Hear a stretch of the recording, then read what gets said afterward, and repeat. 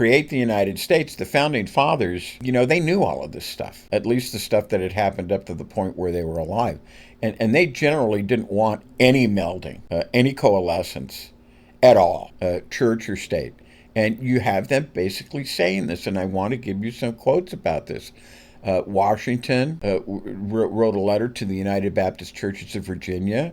The date is May 1789. He said, "No one would be more zealous than myself to establish effectual barriers against the horrors of spiritual tyranny and every species of religious persecution." To the Hebrew Foundation, congregation in Newport, August 1790.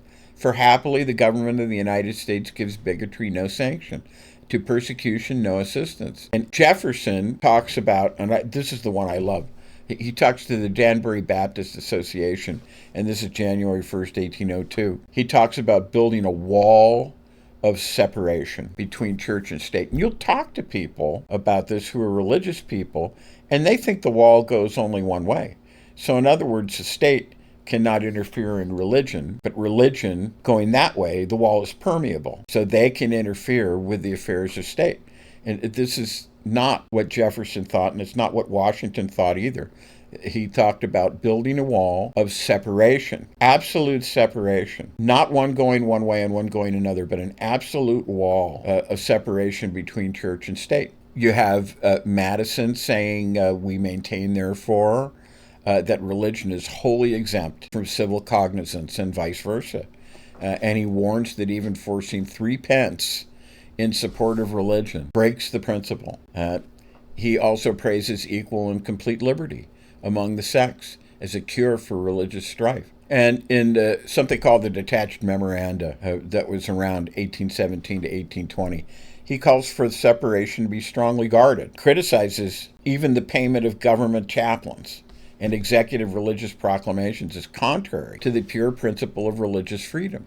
John Adams had an interesting statement here in the Treaty of Tripoli, which was ratified in 1797, Article 11, and this text, this was ratified by the Senate. So this isn't just President John Adams shooting his mouth off. The entire Senate of the United States ratified this. He said, "The government of the United States of America is not, in any sense, I repeat, in any sense, founded on the Christian religion." Benjamin Franklin always wanted to turn phrase. He did a letter to Ezra Stiles, March 9, 1790.